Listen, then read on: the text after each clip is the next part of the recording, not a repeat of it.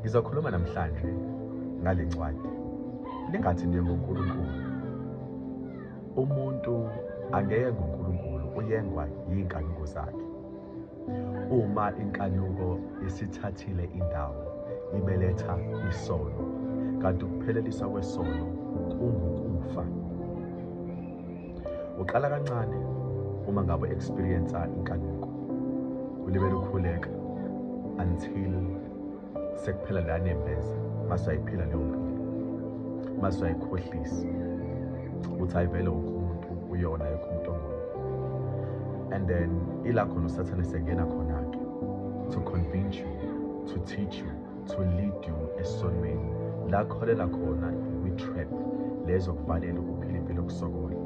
Because the purpose of the devil by introducing inkanuko kuwena ukuthi i-occupy, ngoba uhamba kwi-lane obekwe uNkulunkulu kuyona, la khona abantu abadla isono abangekho kuyona. Remember, abantu abadla isono basendaweni eyodwa la balahlelwe kuyona ekuthiwa yitilongo.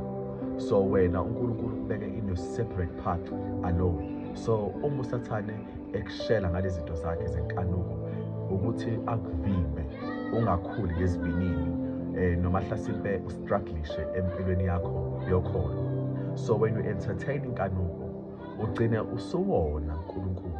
Isono-ke sibi, samngcolisa umuntu. Noma umuntu kade enenkazimulo, inkazimulo yakhe yaphela ngenxa yesono, ngoba kunezinto isono eziyenzayo and suke sikungcolisa kulezi zinto ezibalekile zikaNkulunkulu, and siyawadla amandla akho. I do not want to lie in that area.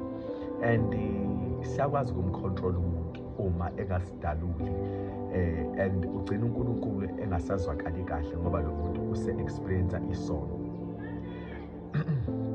Uma-ke sibheka la, ngifisa ukucacisa lokhu. Ngale nkathi umuntu ese-experience isono, usuke sekwenye level.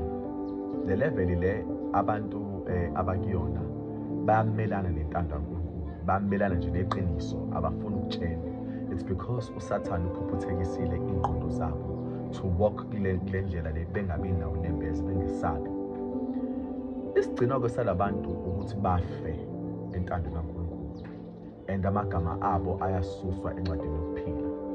And labantu laba at some point uNkulunkulu bekhuluma nabo ebatshela, kodwa ngoba abamlaleli bagcine sebefa, amagama abo esuswe encwadini yokuphila, ngoba bebekade behamba kahle, bashiya ukwenza kahle, base bahamba kabi. Yonke imisebenzi yabo emihle abayenzile yakhohlwakala, and bazofa nokufa. Ingakho-ke la kumele sikhulume lento le ukuze sazi ukuthi injongo yesono ukubulala uNkulunkulu. Ingakho izwi lithi sisidalule isono nemisebenzi yaso, sifune okusekulungeni nasebuqothweni okunodumo oluhle.